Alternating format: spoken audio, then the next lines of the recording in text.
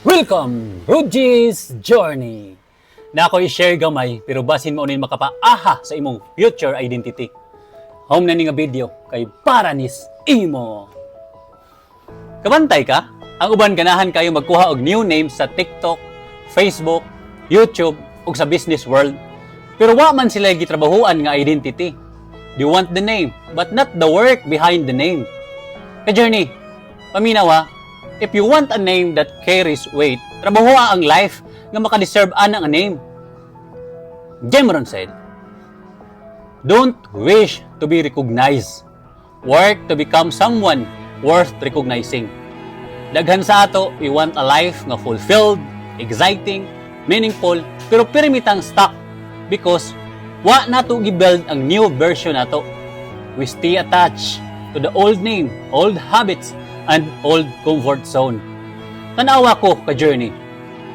My real name is Ruji, pero sa content creation world, ako ang ka-journey. Identity nako na sa motivation, discipline, and growth. Sa negosyo, Dus Marias ang akong bandira. Maunay ngalan nga akong gitrabahoan og consistency, og maunay nilampos. Dili ni magic, dili po ni swerte. Identity plus hard work plus consistency equals results.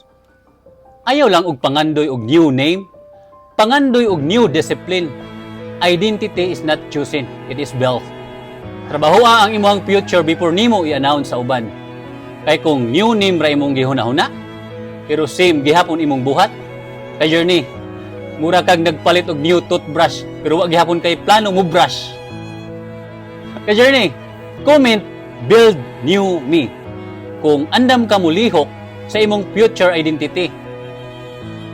Push, push, push yourself. Kay kung dili ikaw mo push sa imong kagalingon, kinsa man di ay.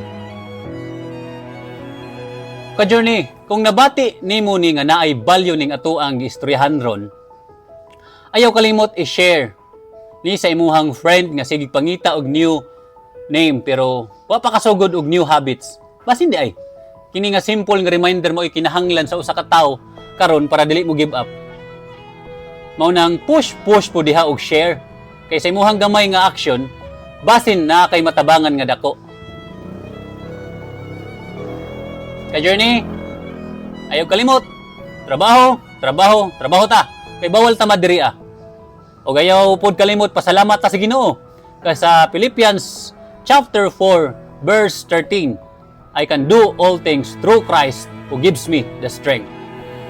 Babu!